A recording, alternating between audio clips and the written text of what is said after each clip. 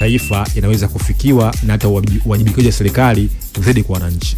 Kwa hapo kitazama kuna vitu vingi vya msingi. Kuna maono ya taifa kama taifa ambalo mmejiwekea, ambaye anakuwa mtendaji mkuu katika kusimamia, lakini zaidi sana katika chama ambacho kimeomba ridhaa kwa wananchi na kuweza kutekeleza ile ilani, kwa sababu yeye anakuwa ni mmoja wapo ya wabunge wengi bungeni. Kwa automatic atakuwa ni mmoja wapo wa wabunge wa Chama cha Mapinduzi.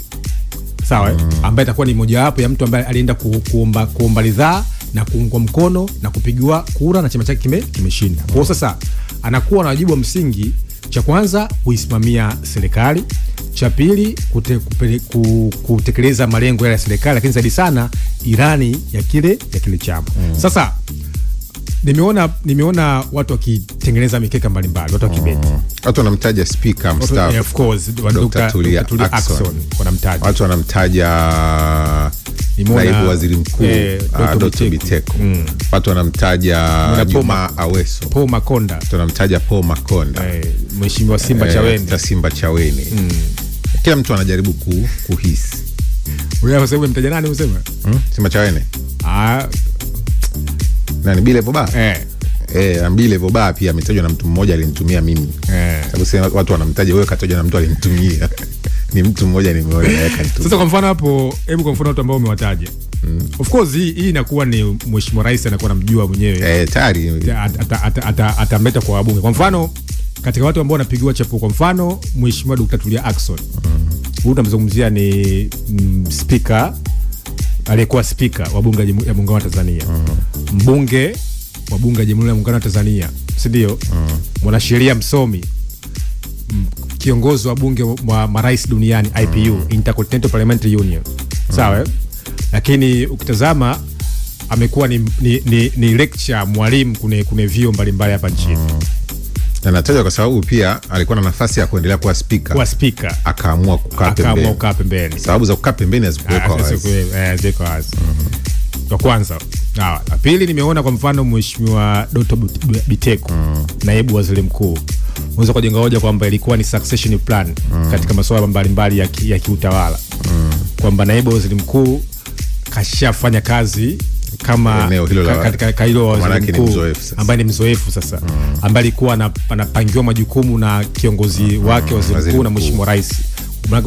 Unaposema naibu waziri mkuu ni kwamba kuna rais, kuna makamu wa rais, kuna waziri mkuu, afu kuna wewe. Kwa kuna chain ya leadership ndio karibia mtu wa 4, mtu wa 5. Sawa? Kwa hiyo unaona kabisa kwamba hiyo succession plan unaweza ukaiona. Lakini tumeshuhudia kwa mfano Mheshimiwa Simba Chaweni, mbobevu katika masuala ya utawala na sheria. Mtu amefanya kazi muda mrefu serikalini. Kwa unajua masuala ya siasa za bunge, masuala ya utawala serikalini, vitu kama hivyo hapo. Wakamtaja mwingine nani? Paul Makonda. Kijana ambaye amefanya kazi kubwa kwenye mikoa mbalimbali nchini, katibu mwenezi. Ameleta matokeo makubwa kwenye mikoa. Lakini zaidi sana kutazama ameweza kuitumia siasa kuweza kuleta matokeo kwa watu. Kwa hiyo kuna masuala kama haya watu wanaweza kufanyaje? Wakatengeneza mikeka yao. Lakini mwisho wa siku karatasi ambayo italetwa na yule ambaye anaitwa ADC, msaidizi wa rais, kwenda kwa speaker leo. Sawa? Ambao speaker ataisoma. Ambaye katika vile viti 272 mmoja wapo atakuwa ni waziri mkuu ambaye atatambulishwa na bunge, na bunge watakiwa kumuunga mkono, kumpigia kura. Sasa hiyo inakuwa ni siri ya kiongozi mkuu wa nchi ambaye anakuwa ni amiri jeshi mkuu, kiongozi wa serikali na rais wa nchi. Mbaki msingi saizi ashampata. Sisi ndo hatujui tu. Kimsingi jina ashaliweka na linajiandaa kupelekwa. Sisi ndo hatuna hizo taarifa. Jana nilikuwa namwambia mtu mmoja, ukiona ingekuwa ni mimi ni kiongozi, mbunge labda nani, nikiona vyombo vya habari, magazeti kama hivi tunajadili katika watu wanaotajwa na wewe upo, hata kama hautatajwa baadaye kama wewe ni waziri mkuu, tayari ni mafanikio. Yaani tayari watu wanakuona kama unaweza kuwa waziri mkuu au una hiyo nafasi ya kuja kuwa waziri mkuu. Tayari inakuwa ni kiuongozi, nakupa wewe picha tayari kwamba watu wananiamini kwa aina hii katika level hizo kutamani niwe waziri mkuu, za kuhisi kwamba naweza nikawa waziri mkuu. Ni mafanikio kwa mtu. Yes, mafanikio makubwa kwa sababu watu sio wanaona. Unajua watu wanaona na watu wanatengeneza mtazamo kukaa kwenye viwango hivyo ambavyo wanaamini wewe unaweza kutosha katika lakini nafikiri kuna vitu vya msingi labda vitano mimi kwa maoni yangu nitakwambia. Cha kwanza unaweza ukatazama kwa mfano tunamtaka nani kwa sababu gani ni ili iweje. Kwa hiyo tunaweza kutazama kwa mfano style, kwa mfano ya uongozi, style of leadership. Mimi mtindo wangu wa uongozi upo vipi, si ndio? Katika uongozi wangu ambao mimi naongoza na muhitaji mtu mwenye haiba gani na kaliba zipi ili aweze kufikia malengo ambayo kama kiongozi ninayo katika watu ambao nataka kuongoza, style of leadership. Lakini cha pili naweza nikaangalia mikakati ambayo nataka kuifikia, kwa sababu katika kila malengo ambayo tunaweka katika taifa kuna mikakati, na mikakati lazima iweze kuendana na mtu ambaye anaweza kukimbizana na hiyo mikakati. Kuna masuala ya sheer value, unaangalia kwa mfano haiba ya mtu. Mtu huyo ana haiba gani katika uongozi, kwa sababu kuna leadership, haiba ni cha msingi zaidi. Kwa sababu uongozi sio tu kwenda shule. Kuna masuala ya haiba. Mtu ana haiba gani? Wewe ni mtu wa namna gani?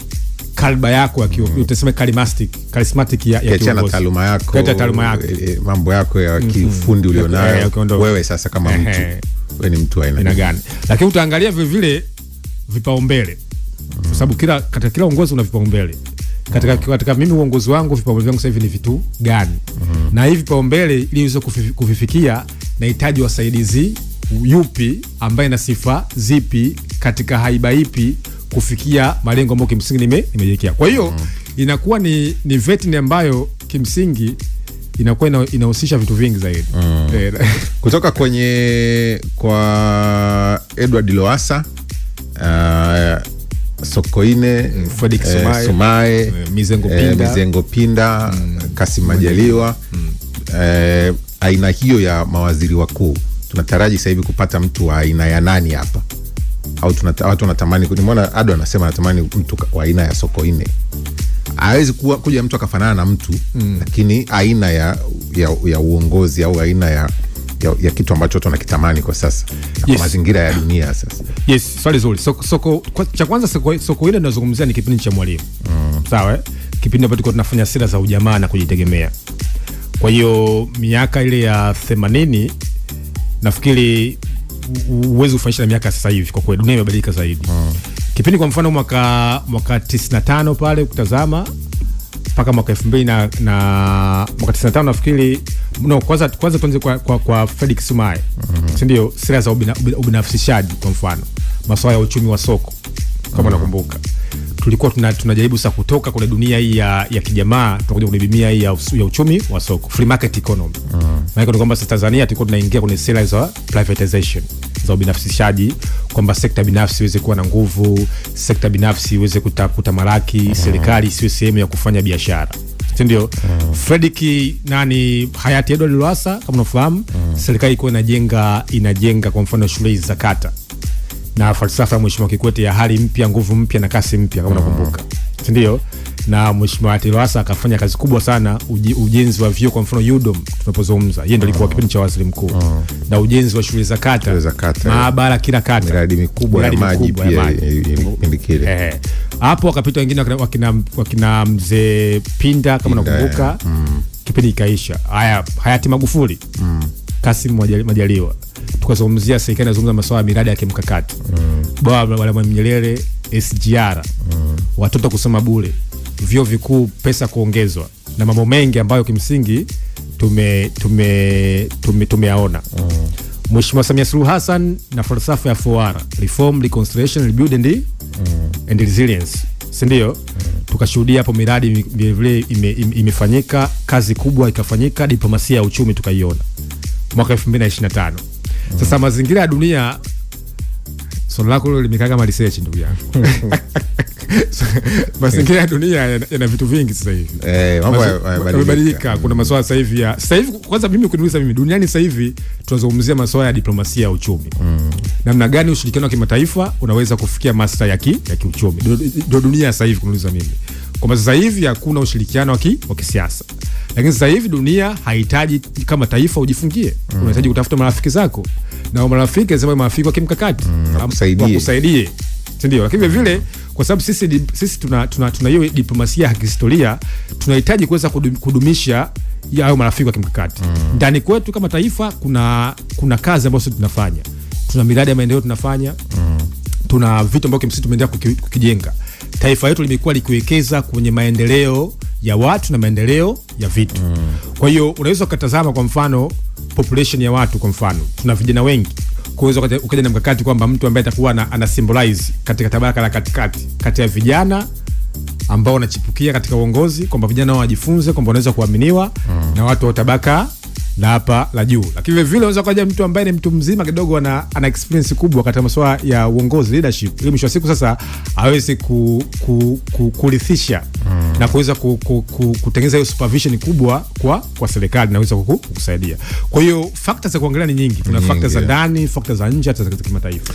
Bwana, kwingineko Zanzibar inakwenda kutangazwa baraza la mawaziri katika ule muendelezo wa kuendelea kuiunda serikali baada ya uchaguzi mkuu. Sasa ndio utekelezaji unaanza. Baraza la mawaziri kishaundwa, maana yake tayari serikali ipo kwa upana wake. Ipo lakini sasa hivi ipo, lakini kishaundwa baraza, maana yake sasa serikali inaenda kukamilika. Inakaribia kukamilika ili ianze kupimwa kwa yale ambayo iliahidi kwamba itayafanya wakati wa kampeni na nini. Na ndio leo sasa Mwinyi anakwenda kutangaza baraza. Tutarajie baraza lenye mlengo gani? Ukisikiliza hotuba ya Mwinyi wakati anazungumza juzi, kimsikiliza kwenye kampeni zake, ni mtu ambaye anataka kuunda serikali ya aina gani? Yes, kwanza Mheshimiwa Mwinyi anaongozwa na falsafa ya uchumi wa blue. Na ni kiongozi ambaye anatajwa kwamba akijenga miradi ya kimkakati. Na kwa sheria za Zanzibar na katiba yao mwaka 1984 na mabadiliko ya kikatiba ya mwaka 2010, cha kwanza baada ya uchaguzi kutakuwa na rais wa Zanzibar, kutakuwa na makamu wa kwanza wa rais na makamu wa pili wa rais. Makamu wa kwanza wa rais tushampata Dr. Hussein Mwinyi. Makamu wa pili wa rais atakuwa ni Othman Masoud wa chama cha ACT Wazalendo. Lakini tayari ameshamchagua Mheshimiwa Abdullah ambaye alikuwa ni makamu wake wa pili wa rais, ambaye kwa katiba ya Zanzibar anakuwa ni mtendaji mkuu wa shughuli za kila siku za serikali ya mapinduzi ya Zanzibar. Sasa baraza la mawaziri litakuwa linazungumza kwa mfano vitu gani? Kuna masuala mengi. Masuala kwa mfano kuna hiyo sekta kwa mfano ya uchumi wa buluu na biashara, si ndio? Masuala kwa mfano ya uwekezaji Zanzibar tunafahamu, masuala kwa mfano ya ujenzi tunafahamu, ambayo yakitajwa. Kwa sasa vipaumbele vyake kama rais vitaakisi katika utendaji wake mkubwa wa baraza lake la mawaziri. Na utendaji wa baraza la mawaziri Mtei lazima uweze kuakisi falsafa ya kiongozi. Sawa, kama kiongozi anaamini katika falsafa ipi? Kiongozi anaamini katika falsafa ya kuitransform Zanzibar, kuhakikisha kwamba Zanzibar inarudi kwenye viwango vikubwa vya kimataifa. Lazima wote mkae humo. Yes, ujenzi wa uchaguzi ushaisha, ujenzi wa shule, ujenzi wa viwanda, miundombinu. Zanzibar leo hii inajenga miradi mingi sana. Sawa, ya bandari, miradi kwa mfano ya mtandao mkubwa kwa mfano wa miundombinu. Sawa, ujenzi wa magorofa, wanamuita Mwinyi magorofa kule Zanzibar. Sawa, ujenzi wa shule, hospitali. Sawa, vituo vikubwa vya kiutamaduni, viwanda vya mwani. Kwa maana ni kwamba sasa hiyo falsafa lazima iwe kuakisi na huyo mtu. Lakini ukitazama kwa katiba ya Zanzibar, makamu wa pili wa rais anakuwa ni mtendaji mkuu wa shughuli za kila siku za kiongozi. Kwa hiyo makamu wa pili ambaye amemchagua, ambaye ndo anakuwa ni ile architecture ya kutekeleza na kufuatilia maono ya rais. Vile vile ndio maana ameamua kumrudisha makamu wake wa pili wa rais. Kwa vile vile unaweza kuona kwamba itakuwa ni serikali ambayo sasa nafikiri inaendeleza yale mambo ambayo kimsingi ameanzisha kama kiongozi. Mwanzo ashaanza mwaka 2020 ukitazama alivyoshinda urais. Kwa sasa hivi ameendelea kuendeleza falsafa yake. Na hata ukiangalia utendaji, hata ukiangalia baraza lake la mawaziri, kwa sababu ameshinda urais, makamu wa kwanza si ndio yule Osman, makamu wa pili si ndio yule, washapata mwanasheria mkuu, ashafungua baraza la wawakilishi.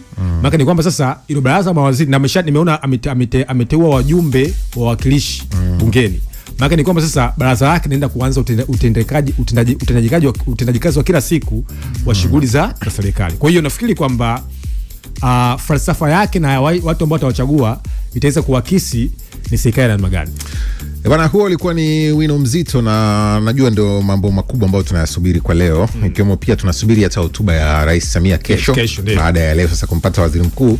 Tusubiri pia tuone mwelekeo wa yale